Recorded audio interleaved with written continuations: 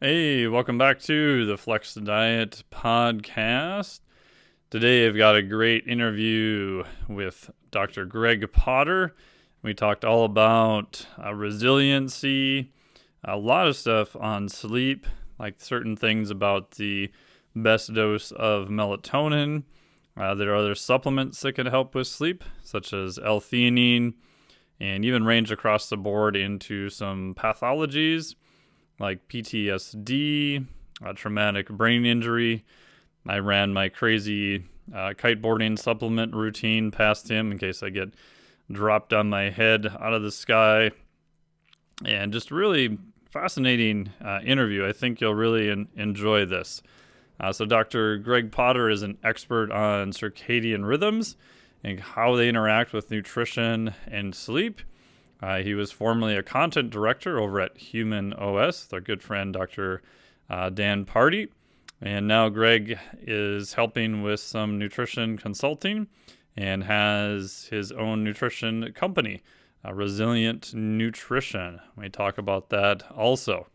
I talked briefly about his background. He worked at the University of Leeds, and his background is actually in exercise physiology, which is awesome.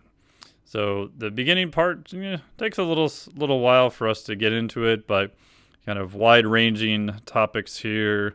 The overall arching theme related to resilience and the role of sleep. So enjoy this podcast coming up with Dr. Greg Potter. As always, this is brought to you by the Flex Diet certification. Go to flexdiet.com, FLEXDIET.com. The certification will be opening up again in early January 2021. So go to the notifications list at the top to get on the wait list. That'll put you on the list where you'll get access before everybody else. And I'll probably have another cool bonus for you there. And flexdiet.com. Sign up there, get on the newsletter, and enjoy this podcast from Dr. Greg Potter. Hey, what's going on? It's Dr. Mike T. Nelson here on the Flex Diet podcast, and we are back talking about resilience and many other topics today with Dr. Greg Potter. Welcome to the show, Doctor. Hey, Mike. Thanks very much for having me. Yeah, thank you. And you're hanging out in London right now, so hopefully everything is going okay for you. Christmas is approaching, so I've got no complaints, and there's lots of tasty food around. That suits me absolutely fine. Yeah, that's always good. So how, for listeners who may be under a rock who are not familiar with you, give us just a little bit more info on your background and then how you got interested in the topic of resilience. I think most listeners are probably not familiar with me, and my background is largely in exercise science. So I studied exercise science for my undergrad and my master's degree. And in between those, I also worked briefly in professional rugby at the Rugby Football Union. And as I was going through that process, I recognized that biological rhythms and sleep are very important, and went on to do a PhD at the University of Leeds, which focused on the intersection between biological rhythms, sleep, nutrition, and metabolic health. But I did those degrees because I've always been fascinated by how lifestyle in general affects our performance and also our long-term health. And since then, I've been involved in a few different projects, but right now I am Chief Science Officer and co-founder of a company based in the UK named Resilient Nutrition. And in that role, I spend most of my time working on product formulation, but I also work with some athletes who represent our brand. So they're primarily ultra endurance athletes, and I really enjoy that side of the job too, because coaching is something that I've done for about 13 years now. Nice. Yeah. Very cool. Very cool. What made you go into exercise science? That's what I did my PhD in, so great topic, of course. Yeah. I think it came down to teenage insecurity, let's be honest. I was playing rugby when I was 12 and hurt my back. And that was right around the time I became interested in girls too. And off the back of that injury, I started going to the gym, became increasingly interested in nutrition, spent far too long reading things like Men's Health, but slowly found better sources of information. And when I was going through what are called GCSEs and A levels over here, so my education around the ages of 15 to 18, I was spending a lot of my free time reading Elite FTS and several other related websites, and also became interested in science in general. And I had a place at university to study English literature and recognized that if I was spending all of my free time finding out about performance nutrition and strength training and related topics, then I was probably on the wrong trajectory. Got it. And how did you get interested in sleep? Because you've published areas in sleep and obviously have more formal education in there. It sounds like it was more of the intersection and coming at it from a performance angle. It wasn't really. I think I first became interested when I heard a couple of people speak about sleep on some podcasts, probably around 2010 or so. And then off the back of that, I started reading some books, and I just found the whole thing fascinating. And to this day, it's a subject that the more that I find out about it, the more intriguing it becomes, because there are so many unsolved mysteries within the field of sleep research. And I think that that field is in its infancy too, which is true of the exercise science research world too. Sure. But I think that sleep is such a fundamental human behavior, and it's not quite such a niche subject as exercise science, that it's surprising that the research into it has only been going on for a relatively short period of time. Yeah, I've always been, I'm not very, I'd say, up to date on a lot of the sleep research, but to me, it's always been fascinating that at a base level, I believe the human body is survival orientated. Mm-hmm. And the fact that we'll literally entirely shut down, which I know is an oversimplification, but we have to take a good, third of our day to be not really cognizant of what's going on, potentially at a risk of being eaten by a lion or something similar, would give us data that there has to be super important reasons for sleep. But yet if you ask which I would ask you this question, like why is it that we sleep? I mean, we have some data, but it still seems like a lot of it is a big mystery and an unknown. Yeah, and this is something that people go back and forth about a lot. And I don't think that there's a unified theory of why we sleep. With that said, I think that there are plenty of things that we can point to that show the importance of sleep and some of the functions that it fulfills. And I think that it's probable that it has some different functions in some different species. If you look across species, then no one thing seems to strongly predict how much sleep a species needs, but there are a few factors that do relate to that, including things like the type of diet they consume, so whether they're carnivorous or omnivorous or herbivorous, social dynamics, how complex their nervous systems are.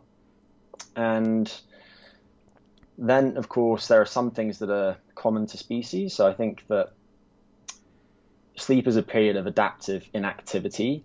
So it optimizes when we're active and for how long. And one of the functions it probably fulfills is energy conservation, but that's probably a very small function. But I think a lot of the functions of sleep relate to its effects on the brain. And there are various relevant theories, but one of them relates to the activity in our synapses. And as we're awake during the day, exploring our environments, the strength, in inverted commas, of various synapses in our brains increases.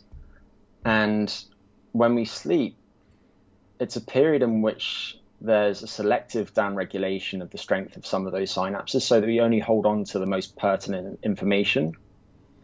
And then there are some other factors at play too, like physical restoration and so on. And I think that it doesn't make sense to think about sleep without contrasting it with wakefulness. And fundamentally, I think that sleep is the price that we pay for wakeful behavior. And it's therefore really to prevent malfunction during wake.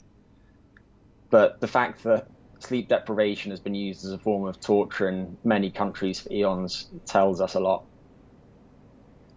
Yeah, I always think of what happens when you do the opposite, right? So what loss of function do you get, and where do different functions drop off once someone is more on the sleep deprived scale? And correct me if I'm wrong, but I think some of the processes you talked about with different synapses is that a lot of the learning more or less takes place during sleep. So we have kind of the stimulation, different synapses kind of get marked with different chemical messengers during the day. And then at night, it's kind of like this house cleaning effect where, ooh, we need to get rid of this guy. Ooh, this is a good one. We did a lot of stuff over here. Let's just, make sure this is nice and robust, and oop, don't need this one anymore. And then when we kind of impair that process of sleep, no matter how high quality of work we did or what we did during the day, we see sort of a diminished result from that because we're kind of skipping over, or at very best diminishing that process during sleep. Mm-hmm. I think there are a couple of things you mentioned there that are worth picking up on. One is this idea of housekeeping, and in the last 7 years or so, there's been a lot of interest in the glymphatic system, which is a bit like the brain's waste disposal system. Mm-hmm. And during sleep, we have these large, slow waves during the deepest stage of sleep. And those seem to influence cerebral blood flow and thereby the flow of fluid through the glymphatic system. And during this stage of sleep, the spaces in the system open up, and that flow of fluid helps wash the debris that's accumulated with metabolic activity during wakefulness out of those spaces, clearing out toxic waste that could otherwise be detrimental. So that's one thing. And then you're also touching on the roles of sleep in learning and memory. In relation to synaptic homeostasis, one thing that does seem apparent is that sleep does free space, neural real estate, if you like, to learn new things. So even a brief nap during the middle of the day will help with subsequent learning, for instance. But then sleep is also important to things like the consolidation of memories and erasure of information too, and different stages of sleep are probably differentially important to this. So for example, during stage 2 non-REM sleep and the deepest stage of sleep, there's transfer of information from a short-term limited storage depot in the hippocampus to regions of the neocortex, which are more like a long-term vault for information. And then during REM sleep, that stage in which we dream, our skeletal muscles are mostly paralyzed, not essential muscles like respiratory muscles and the cardiac muscle. But because of that, our brains have free rein to explore different motor patterns, for instance, without risk of us acting those out. And so that stage of sleep is probably very important to things like motor learning, but it's probably important to creativity and to the evolution of intelligence too, and that there is that free space in which to try out different things and create a virtual model of the world, if you like, to try and better understand how we interact within it. Yeah, that's one thing I tried for a while, but I eventually gave up on it because the practice was was kind of a pain. But my thought was, okay, if I can learn to, wake up during my dreams and control my dreams, could I practice new motor patterns like, kiteboarding, doing jumps or heavier deadlifts, and then go back to sleep the rest of the night and reconsolidate those patterns? But in essence, I could do it without any fear response or worry of damage, quote unquote, to the system. But I wonder, would that even, if that did work, which I honestly gave up after about 8 weeks because it was a monster pain in the ass, my life, Um, I always wonder, would it even transfer to real life because it is so different. But any thoughts on that? Yeah, a few thoughts. So one is that REM sleep, that particular stage of sleep in which we do most of our dreaming, not all of our dreaming, does seem to be important to motor learning in general. But what you're touching on is lucid dreaming. Right. And that is when we're conscious during our dreams. And during those dreams, we often have some control over the contents of the dreams too, although that's probably not an essential part of lucid dreaming per se. And about half of people will experience at least one lucid dream over the course of their lifespan that they remember. But it does seem that it's somewhat trainable. And in recent years, there's been a resurgence of interest into dreams and into whether lucid dreaming training has some potential therapeutic applications. And there's been some fascinating research published very recently by people like Jason Ellis, showing, for instance, that you can take adults who have insomnia and some related psychiatric issues, anxiety and depression, and you can put them through a short-term intensive lucid dreaming training program lasting only a couple of weeks and quite dramatically improve their insomnia severity as well as some of the anxiety and depression symptomatology, which is fascinating. And Hmm. the strategies that people use are probably some of those that you tried, Mike, but they include things like keeping a dream diary, Yep. and then within those dream diaries, identifying unusual elements within dreams, and then using a technique named auto-suggestion, in which you take that element and if you recognize it within a dream, you use that as a trigger to cue lucid dreaming. But then there are some other strategies that people will try out too. So some people, for instance, will use an alarm to wake themselves up during certain stages of dreaming, which they think that they might be particularly likely to be lucid dreaming at that time. There are also reality checks that people will do over the course of the day. So a common one is just to look at your hand and ask yourself whether you are awake and in daily life or if you are in fact dreaming. And people in that particular study, I think, set a timer on their phone every hour to remind themselves to do that. And the point is that those people could increase their frequency of lucid dreaming. And it does have some other potential applications too. So, for example, it might be helpful in PTSD. One of the problems that arises in PTSD is that people experience nightmares that relate to stressful experiences. And what will happen is that their nightmares will be so distressing that they will spontaneously awake from them. And if we return to the idea of rapid eye movement sleep being a safe place in which to explore previous experiences and try and make sense of the world, then it's as if their mind is like a broken record. They keep waking up from this particular stage in the record and they never quite manage to process it and get to the end of the track. But if they can lucid dream, then they can take control over their dreams. They can reduce some of that negativity within the dream and thereby potentially have some positive effect on their symptoms and their daytime function. But going to your particular example, Mike, and whether it's possible to practice motor skills during lucid dreaming in a way that facilitates you improving those motor skills in the rest of your life, I don't know if that's been studied. It hasn't to my knowledge, but it is something which is definitely worthy of exploration. And I think that it makes some mechanistic sense, and it wouldn't surprise me at all if it was proven to be beneficial. Yeah, because if anyone's ever had a lucid dream when you're doing it, or even just dreams in general, I mean, you are absolutely convinced that it's real when it's going on, which to me is fascinating. And then I don't know if there's any research on this too. You talked about someone looking at their hands. So one of the cues I tried to use was looking at clocks or watches. Mm-hmm. So I'd Yep. wear a watch, and so I tried to train myself every 15 minutes when I was awake to look at the watch and ask myself, am I dreaming or awake, or what time is it? And I noticed that in dreams, and again, this could just be me, that you can't really get a sense of time. Like even looking, I remember having a lucid dream looking at the clock, Mm-hmm. and I couldn't figure out what time it was, and then I was like, "Oh, I'm dreaming." Yeah, and that is a common experience. There's a complete distortion of time, and I think people often wake up from their dreams feeling as if they've been stuck in that dream for Right. days, and the bout of dreaming might have actually lasted several minutes.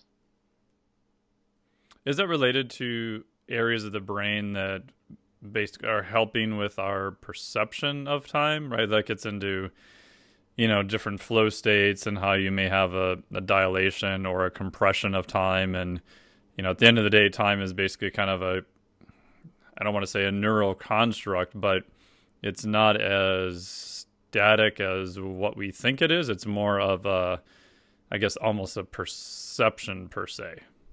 Hmm.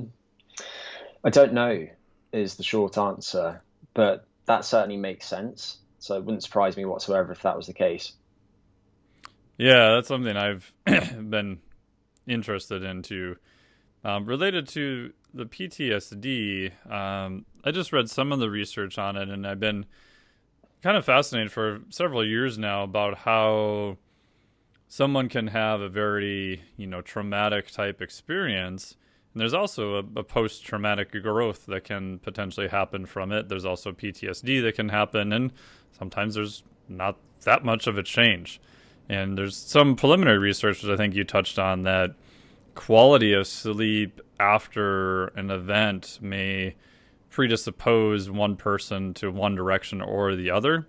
But the theory is if you had a traumatic event and your sleep is disrupted for the next 2 nights, you can't enter that REM state. You're missing out on some of that processing that, as you mentioned, the record just gets kind of stuck there.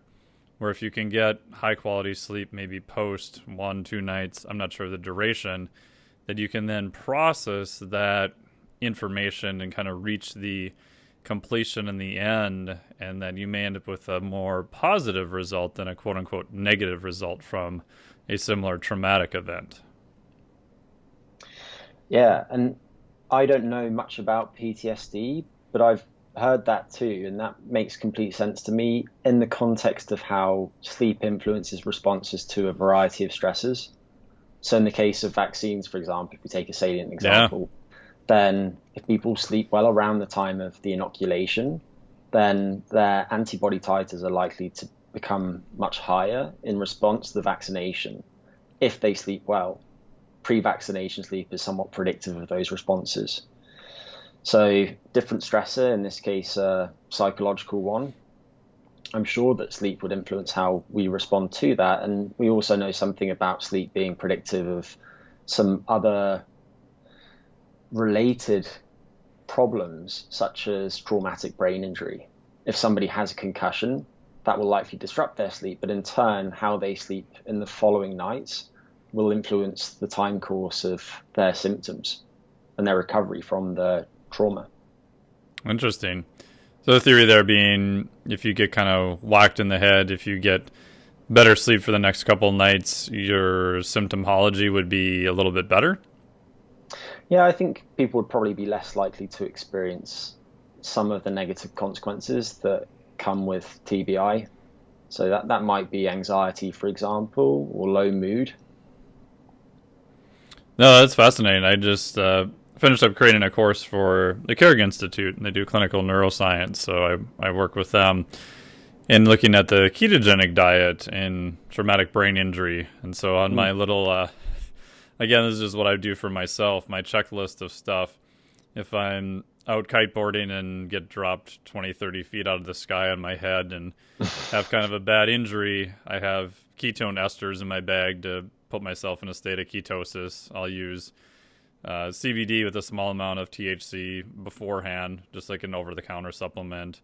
High dose creatine, high dose fish oil, and then on the list I have is I would probably just not ride any more that day to risk any more injury, and then just go to bed as soon as possible.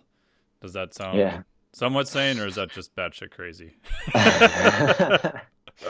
I think that all sounds very sane to me. Again, I'm no expert in this stuff, but certainly in terms of brain energy metabolism, the exogenous ketone supplementation makes sense.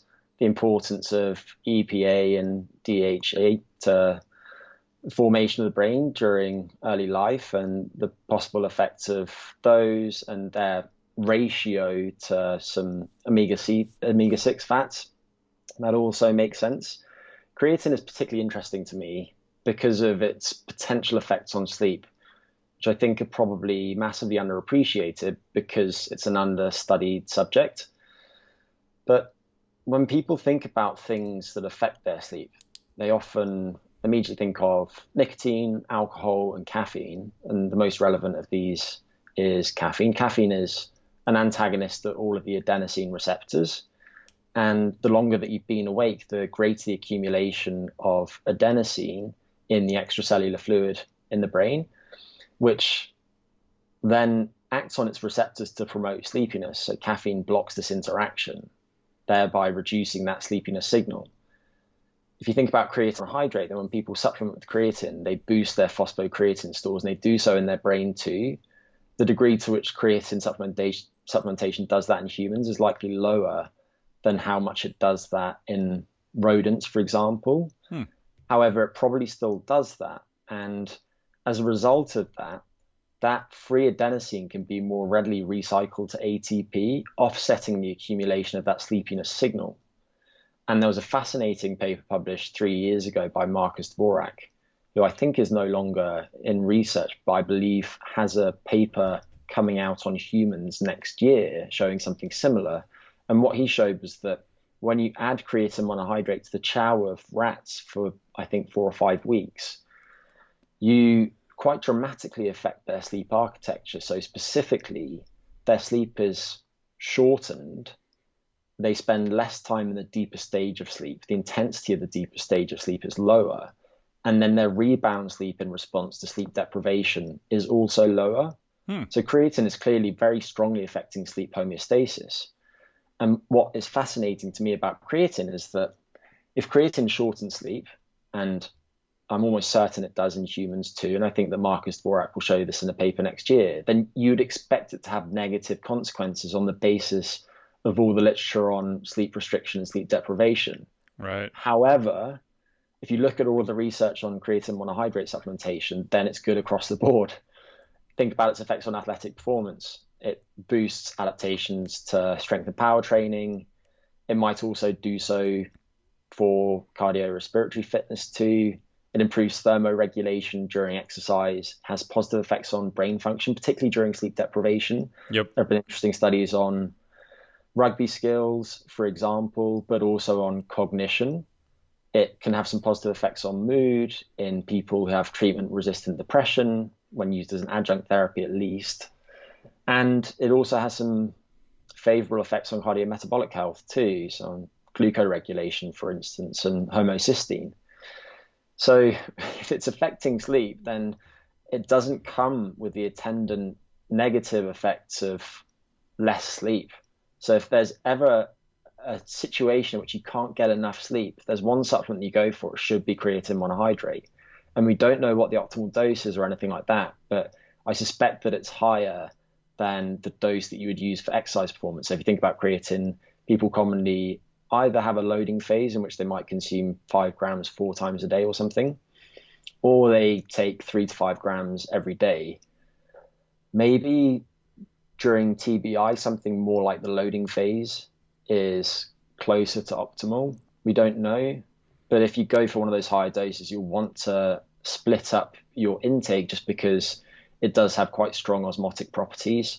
So if you consume lots of it at once, then you'll probably draw a bunch of fluid into your GI tract and cause some bloating and other related problems too.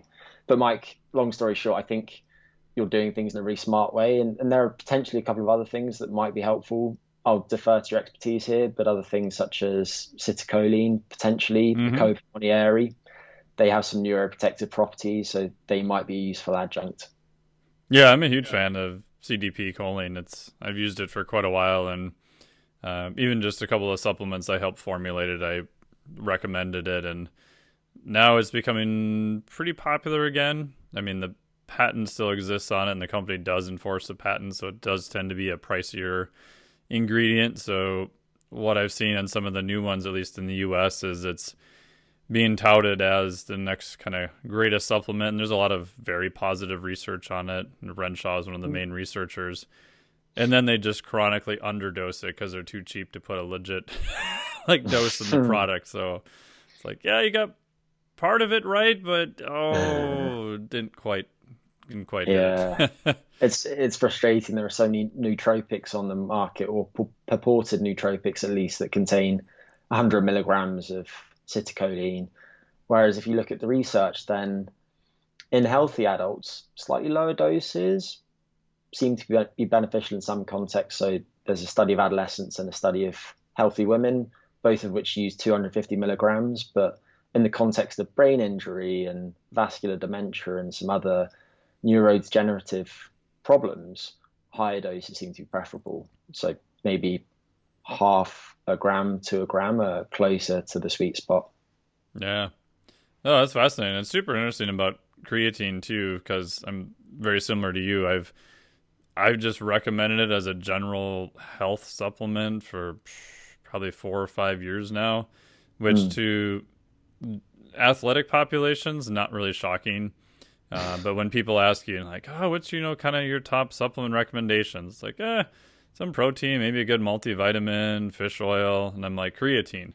They're always like, creatine, what are you talking about? I'm like, there's just, every time we turn around, there's more benefits associated with it. Now I can add, some very interesting sleep stuff thanks to you to that list. And we have like so much data to show that there's very little to almost no downsides. I talked to Dr. Tommy Wood, and he was describing an elderly population where I think they were using 10 or 20 grams a day, and you just saw a little bit of GI upset in a few people. Tarnopolsky did a study with 20 grams a day looking at, I don't remember if it was Parkinson's or ALS, but extremely well tolerated for like many, many months, So there's almost like no downside to it. So even if it doesn't have the next latest, greatest potential for whatever, we know it's pretty about as safe as you're going to find anything too. Yeah, and I think that a dose of 30 grams or so has been studied out to 3 years plus. Yeah. So no safety qualms whatsoever. But if your sleep is very shallow and you've been taking creatine for a long time, then hopefully a light bulb might have just gone off. So in that case, what would you do? I have an idea, but would you up the dose then to try to change the sleep architecture? It depends what the person wants. So if the person's sleep as a result of taking creatine supplementation is slightly shorter and slightly less deep, so maybe they're marginally more prone to waking up during the night. Ah, gotcha. But there's no obvious negative outcome that relates to that. So they don't feel like their daytime function is impaired. They don't feel fatigued. They don't feel like they have difficulty concentrating. And they're performing well in the gym and their cardiometabolic health seems to be good, then I wouldn't worry about it. If, however, you're somebody who has anxiety because of the fact that you don't feel your sleep is very well consolidated and you've been taking creatine, then doing away with it for a period of time while reducing your caffeine intake or eliminating it entirely will likely positively affect your sleep architecture. So at least that would put your mind at rest. Could you go the other direction and do a higher dose to see if it kind of changes sleep the other direction then? So there's like a directionality associated with it? What I think would happen is that creatine supplementation, so if the person has been using creatine for a long period of time, they've probably more or less saturated their brain phosphocreatine stores. Right. So going to a higher dose wouldn't top up those stores anymore if they're full. And they therefore wouldn't experience any additional benefits or effects on their sleep in response to that higher dose. For somebody who is using it acutely, they can probably saturate those stores faster, with higher doses. There is also a related metabolite named guanidinoacetic acid, which is probably better at boosting brain phosphocreatine stores. And it has actually been compared head to head with creatine in certain contexts. It's used to feed animals and make them gain weight faster. And it's very anabolic at lower doses than creatine. But it does come with some potential side effects that creatine doesn't really. So, for example, it might boost homocysteine. I'd be fascinated, though, to see a study comparing guanidinoacetic acid and creatine for their effects on brain phosphocreatine stores and sleep architecture. But the research on GAA is relatively scant right now. Yeah, I remember looking at that years ago. I think it was my buddy Dave Barr pointed it out to me, and I've just kind of followed it, and it'll kind of, in esoteric bodybuilding forums and stuff here and there, you'll see it kind of pop up as the latest, greatest thing. And I don't know, every time I check into it, similar to you, like there might be something there because it does hint that there's some potential, but I remember being a little bit kind of shied away by some of the potential downsides and just not that much data that I could find, at least in humans, unless you've seen a lot of data in humans. There have been a few studies that have come out recently, mostly by a Serbian guy and his lab, which are very intriguing, but there haven't been enough studies that I'd be comfortable to take it, and I certainly wouldn't recommend taking it. I suspect that it's relatively benign, but if you're somebody who already has a health profile that would contraindicate it, then I certainly wouldn't touch it, of course. And my guess is that it's probably not more efficacious than creatine at enhancing adaptations to exercise, but its effects on creatine stores in the brain are interesting. And it wouldn't surprise me if they do boost those phosphocreatine stores more than creatine monohydrate alone. Very cool. Do you think some of the other intermediates may be beneficial? I remember talking to, Dr. Roger Harris about beta-alanine years ago, and he was saying there's, newer data coming out on that, and there's a couple of pieces of data now since then have shown it, may have similar benefits kind of to creatine. Now it's obviously operating on a different effect, so kind of any of those bioenergetic intermediates that we've kind of classically used for exercise physiology may hold potential for brain metabolism also? The short answer is that I don't know, and I haven't seen that research on beta-alanine specifically. I'm guessing that it relates to its actions as a buffer. Yeah, buffer, intermediate, similar mechanisms as muscle, just, as best we understand it. Sure. Yeah, but in terms of other products that have historically been used in the context of sports science and whether they have applications to brain health, I think ketone esters are up there, of course. And there certainly are plenty of overlapping areas that relate to both brain health and to exercise performance. So, for example, agents that improve blood flow are often conducive to both vascular function in the periphery and in the brain. Take cocoa flavonols. If you get a high quality cocoa product, and there are a few of those, I think in the UK there's Acticoa cocoa powder, which is made by Barry Callebaut. And in the States, I know that Mars has a very pure extract. I believe it's called Cocoa Via. If you consume 500 milligrams to 1,000 milligrams of those on a regular basis, then you'll likely enhance your endothelial function and possibly also improve angiogenesis, and specifically in certain parts of the brain that are important to things like memory, so hippocampus, for instance. And there have been studies of elderly adults showing that when they consume high-dose flavonols for a period of several weeks, they experience improvements to various aspects of cognitive function, improving memory. And similarly, there have been studies looking at exercise performance and cocoa showing that it might have some small beneficial effects on endurance exercise performance and vascular function during said exercise. And the same is likely true of beetroot too, which of course relates to its effects on nitric oxide metabolism and thereby blood flow. And one thing that I find very interesting is how these different things interact, because typically and completely understandably, these things are studied in isolation. Right. And when they're studied together, you might expect them to have additive effects, but that doesn't necessarily seem to be the case. And Louise Burke wrote a very thoughtful essay on that a few years ago. And it's a really difficult thing to study, but obviously in reality, most people who are supplementing with one of these agents are taking others too. And right now we just don't understand how those different things affect one another. Do they synergize? Do they cancel each other out? We don't really know.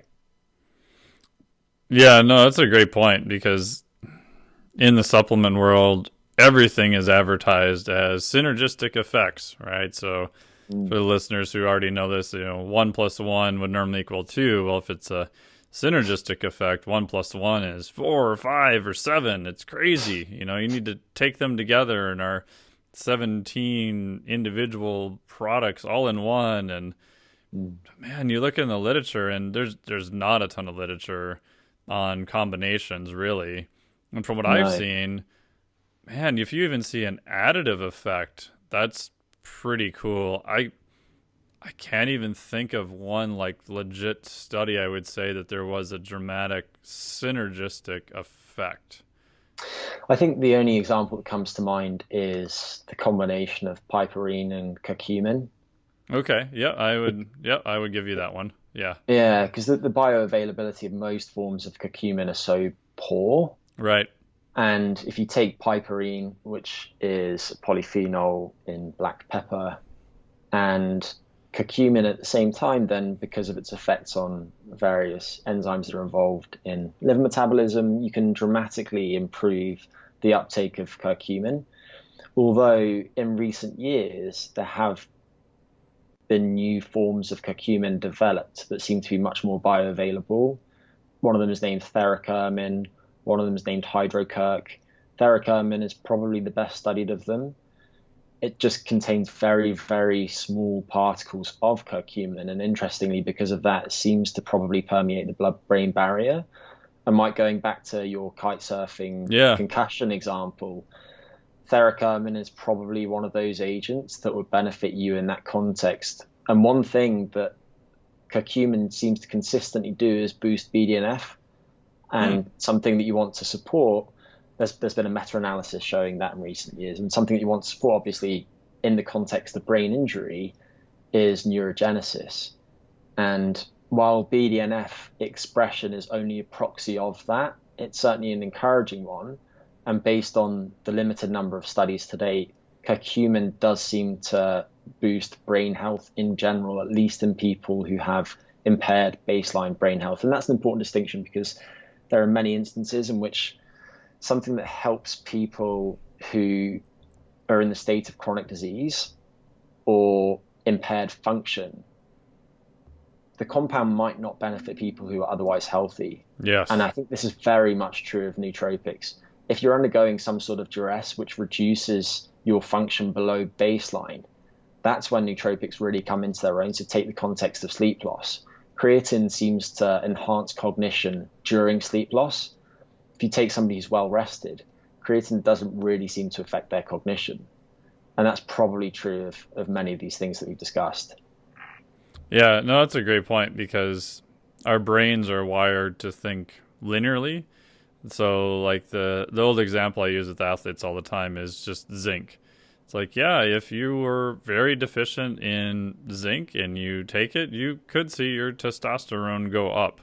But if you're sufficient in zinc, taking more, your testosterone's not going to go up anymore, which we could argue testosterone going up or down is debatable in terms of performance, depends on where you land on the scale, but within physiologic range. And if you keep taking more and more zinc, now you're going to start having issues with copper depletion and other things going on. But the standard media line, especially with supplement sales, is, oh, look at this study done in hypogonadal rats that were depleted on zinc, and we gave them zinc and it went up like 400%. This is amazing. I think we've all fallen for those at some point. Yeah, and I mean, I remember taking ZMA back in the day and Yeah, me having too.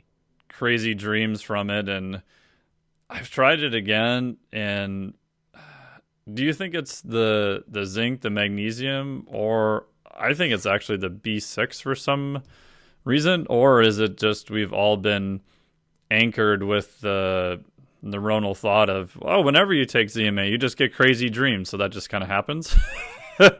Yeah, it's so interesting that you use that example because I remember buying a fitness magazine when I was a teen, and it came with a free sample of ZMA when it was all the Oh rage, yeah, which was probably Balco. around the time of Yeah. the Balco Yep. scandal. And I, of course, expected to have crazy dreams, and I did have the most vivid dreams that night when I took it. And if you look at the research on it, however, then the ZMA combination hasn't really been well studied, certainly not in the context of sleep. Right. If you look at the research on zinc supplementation and sleep health, then it doesn't seem to do much. Some of the cross-sectional research points towards some weak effect on sleep, but the actual intervention trials in which people are supplemented with zinc don't tend to show much.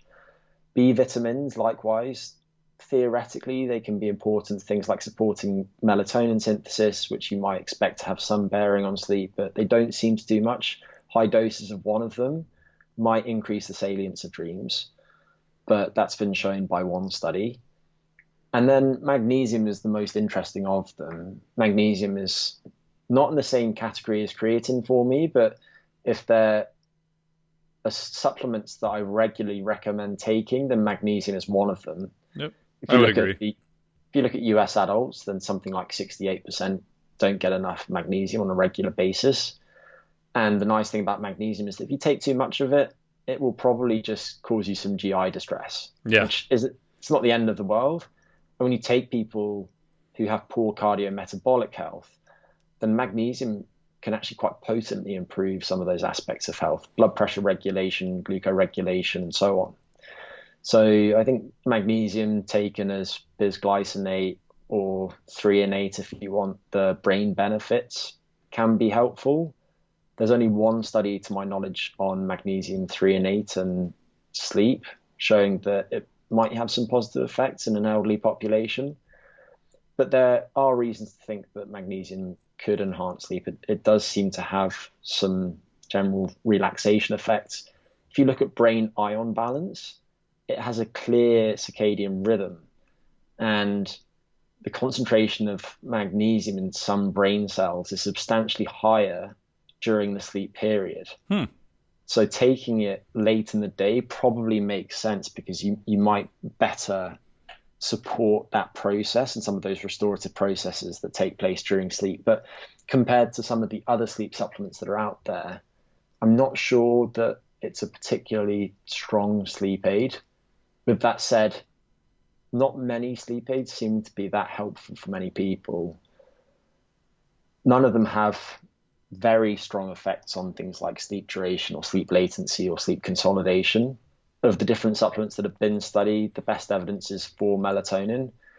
You look at meta-analyses on melatonin, and when people take it, they tend to fall asleep slightly faster and have slightly higher sleep efficiency, which is just the proportion of time that someone's in bed that they're actually asleep. And they might feel subjectively like their sleep quality is slightly higher too.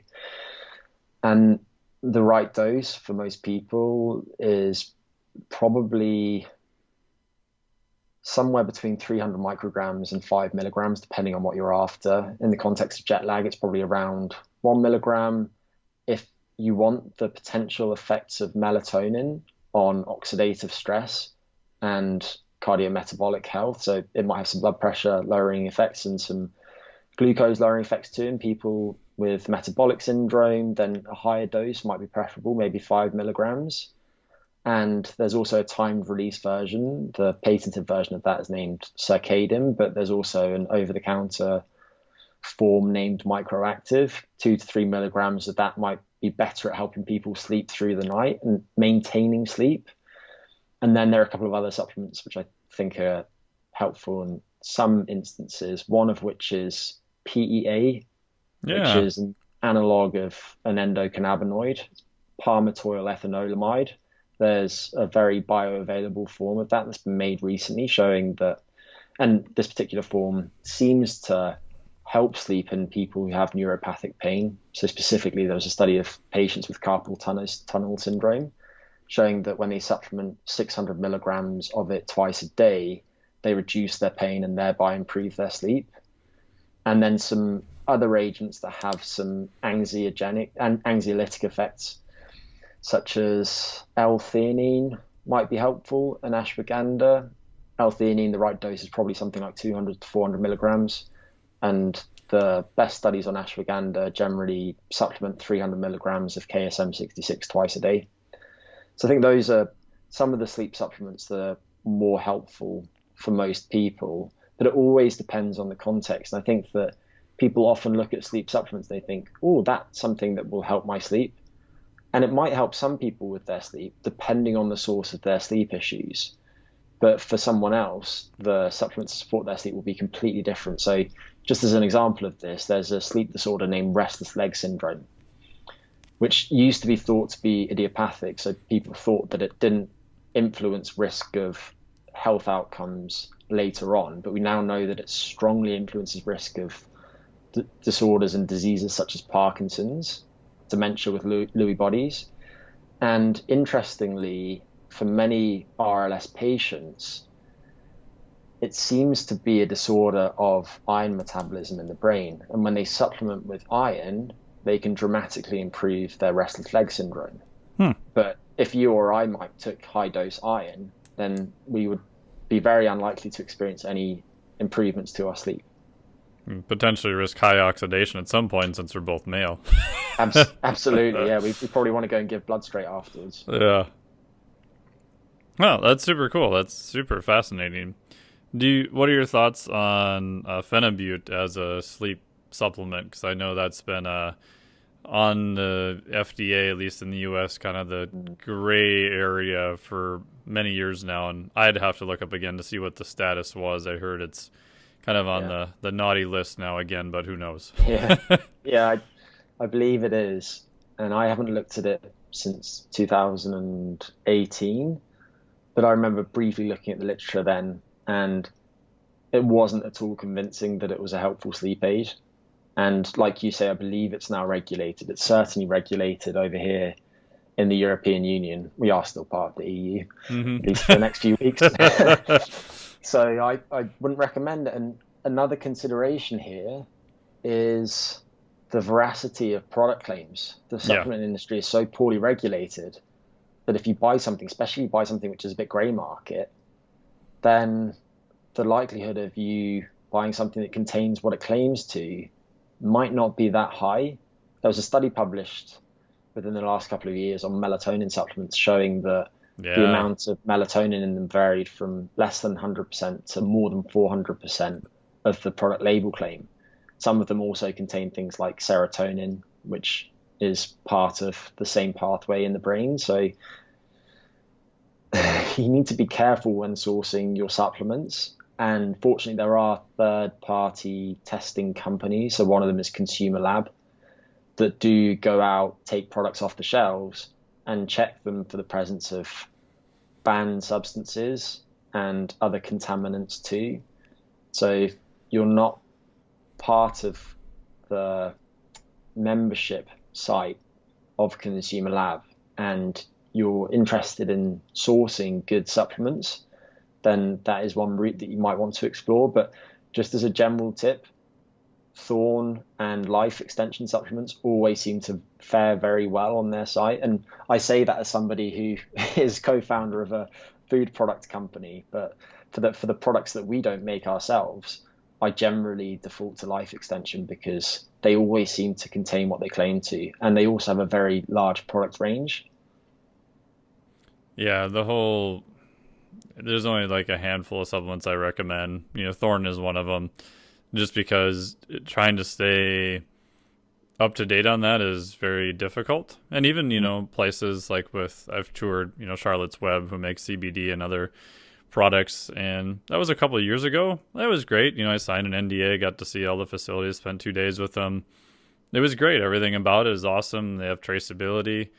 But at the end of the day, I'm not there every day, no matter what the place or the manufacturer is. And you get into especially smaller companies, I get really nervous about because they just don't have a lot to lose. You know, if you're generally a bigger company and you've been around for quite a while, yeah, if something, goes wrong or your testing doesn't look so good on consumer labs and you don't fix it, you have a lot of business to lose. If you're some fly-by-night company that starts up and sells God knows whatever in a capsule, and we find out it's just bad or non-existent or potentially toxic or heavy metal laden, whatever, we'll just file bankruptcy, disappear to some island in the Caymans, and good luck trying to find us.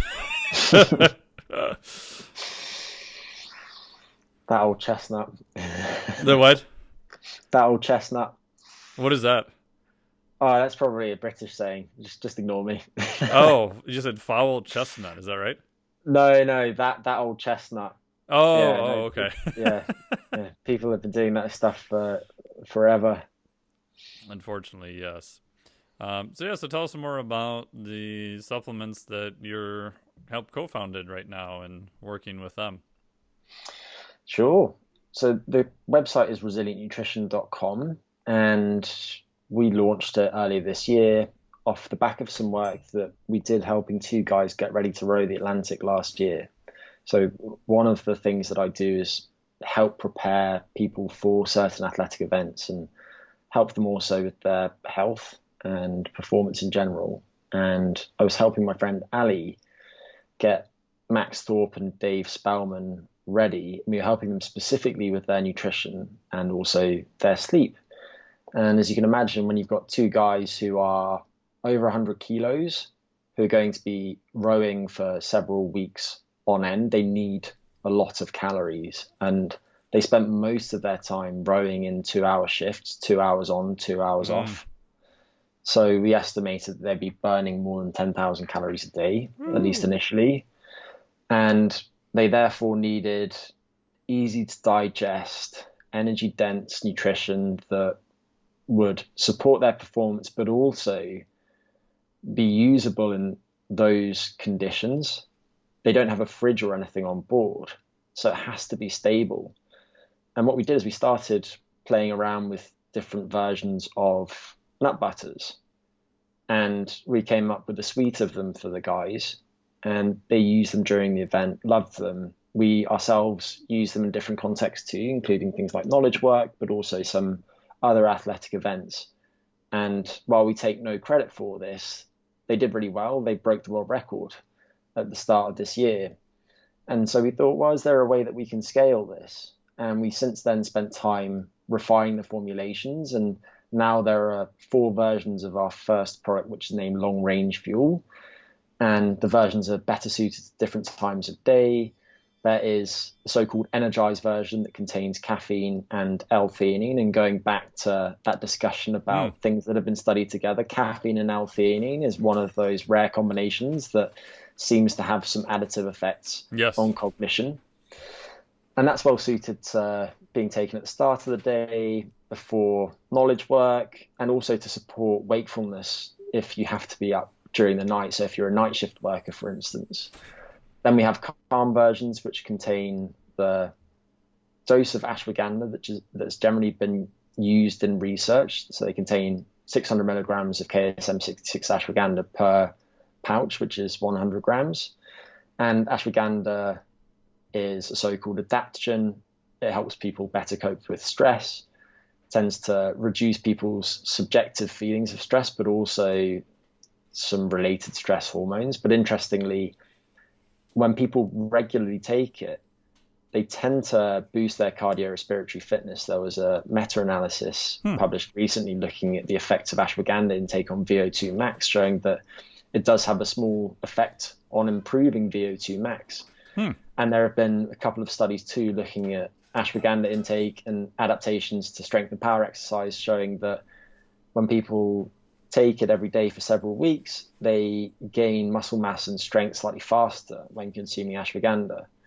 So it's not only good for brain health, but it also seems to support exercise performance. And then both those energized and calm versions are available in so-called rebuild versions, which just contain added whey protein isolate and L-leucine, and that makes them a particularly good meal replacement. We add the L-leucine because it's the one amino acid that seems to independently quite strongly trigger the synthesis of new proteins in skeletal muscle, but it also seems to have some appetite regulation enhancing effects. And in some contexts, it can be useful for some other aspects of metabolic health too. And they're all nut butters. They're all based on tree nuts, not peanut or anything like that. So they contain things like almonds and hazelnuts. And obviously I'm very biased, but they're really, really tasty too. So that's long range fuel. And right now I'm working on formulating our next product, which will hopefully launch early next year, which I'm really looking forward to. And it's also a project that we try and give back with. It's not just about trying to sell products, but we, for example, give 1% of our sales to a charity that works with governments and communities in tropical countries to protect their rainforests. And given my background, I also try and create useful educational content. So I recently wrote a free ebook about nutrition, which people can download from the website. And we'll have lots more content coming out too in the coming months. So that's resilient nutrition in a 4-minute nutshell. Nutshell. I like it. Very good. Nutshell, not a chestnut or whatever. Any hints on the new product, or is it top secret? Top secret, Mike. Okay. All right. I had to ask, Yeah. Unfortunately, but hopefully at some point next year we might be over in the US. And if that's the case, then I'll have to get some over to you to try. Yeah, that was my other question. Do you ship worldwide, or is it just mainly in the UK right now? Right now, it's in the UK. In the next few weeks, it will be in Europe too. So we'll be on Amazon over here shortly. And then hopefully next year, we'll transition to North America too. And then ultimately, we'd love to be in the Asia Pacific region. So 2021, fingers crossed, will be in North America. But right now, it's just over this side of the pond. Cool. Awesome. Well, thank you very much. I know we talked about sort of a subset of resilience related to sleep and other supplements and things that are useful, which I think is always beneficial for a lot of people. So what's the best way for them to find out more about you and about Resilient Nutrition? Resilient Nutrition, it's resilientnutrition.com. And we're also on Instagram at Resilient Nuts. And I have my own social media, which is at Greg Potter PhD, which sounds ridiculously self-indulgent, but at Greg Potter was taken. I don't post there that much, but I'm going to probably start posting more regularly. And if you reach out to me on there and send me a message, then at some point I will get back to you. Awesome. Yeah, I know. That's always... Sometimes you get interesting emails from people. It's like, why do you have to put doctor on everything? It's like, well... Sometimes the normal name was taken and it's just the easiest way to get the next normal semi-looking name. I hate being called doctor. It feels wrong. I always say I'm not a real doctor. I'm just a PhD. Yeah, I had that once when I checked into a hotel. My assistant made the booking. It was a couple of years ago, and she goes, "Oh, and how was your stay?" "Oh, Dr. Nelson." I said, "Oh, it was good." She's like, "Oh, what kind of doctor are you?" I said, "Well, actually, I did a PhD in exercise physiology." She goes, "Oh, you don't cut people open?" I'm like, "No, I'm not a surgeon." She's like, "Oh, well, have a good stay there, Mr. Nelson." Do you take any muscle biopsies during your PhD? No, I didn't. Okay. Our lab was weird that we were an exercise phys lab, but to do any bloods, we had to go to what's called the Clinical Research Center. And to get IRB approval process was completely separate. And then because of the way the budgets were set up, the GCRC charged us literally an arm and a leg just for us to walk into their building. So we did everything, unfortunately, possible to avoid that just due to the sheer cost of it.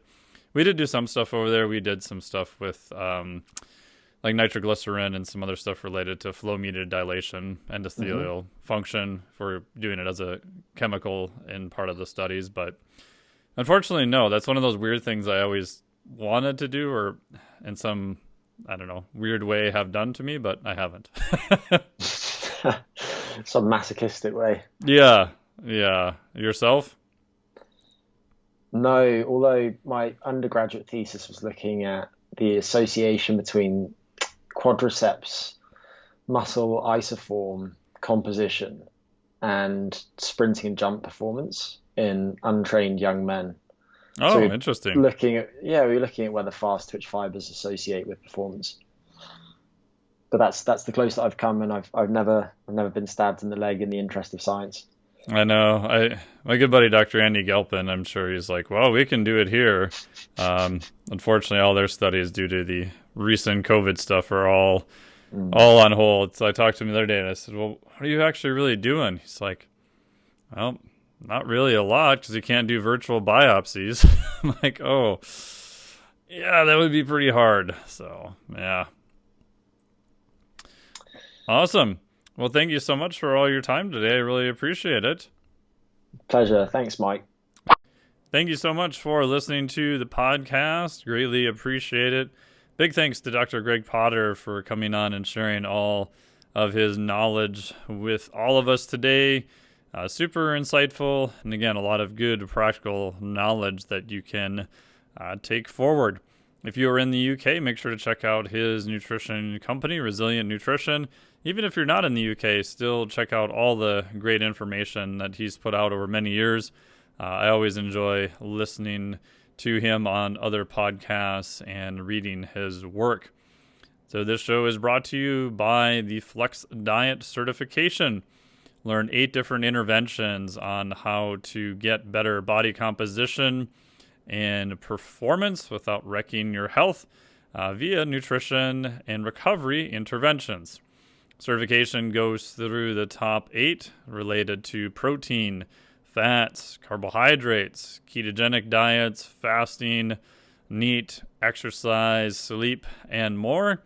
Each module has a big picture where we talk about the overall concept of the flex diet, which is a mashup between metabolic flexibility and flexible dieting.